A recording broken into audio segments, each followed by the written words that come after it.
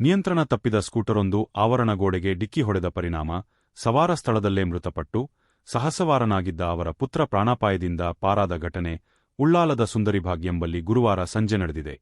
ಮೃತರನ್ನು ಉಳ್ಳಾಲ ಕೋಟೆಪುರ ನಿವಾಸಿ, ಪ್ರಸ್ತುತ ಮುಕ್ಕಚ್ಚೇರಿಯಲ್ಲಿ ನೆಲೆಸಿರುವ ಇಬ್ರಾಹಿಂ ಯಾನೆ ಕಮಾಲ್ ಎಂದು ಗುರುತಿಸಲಾಗಿದೆ.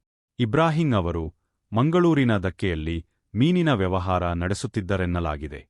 ನಿನ್ನೆ ಸಂಜೆ ತನ್ನ ಕಿರಿಯ ಮಗನನ್ನ ಸ್ಕೂಟರಿನಲ್ಲಿ ಕುಳ್ಳಿರಿಸಿ ಸುಂದರಿ ಭಾಗ್ನಿಂದ ಮುಕ್ಕಚ್ಚೇರಿಯ ಮನೆಯ ಕಡೆ ತೆರಳುತ್ತಿದ್ದ ವೇಳೆ ಸ್ಕೂಟರ್ ನಿಯಂತ್ರಣ ತಪ್ಪಿ ರಸ್ತೆ ಬದಿಯ ವಿದ್ಯುತ್ ಕಂಬಕ್ಕೆ ಲಿಕ್ಕಿ ಹೊಡೆದು ಬಳಿಕ ಆವರಣಗೋಡೆಯೊಂದಕ್ಕೆ ಬಡಿದ ಪರಿಣಾಮ ಇಬ್ರಾಹಿಂ ಅವರು ಸ್ಥಳದಲ್ಲೇ ಸಾವನ್ನಪ್ಪಿದ್ದಾರೆ.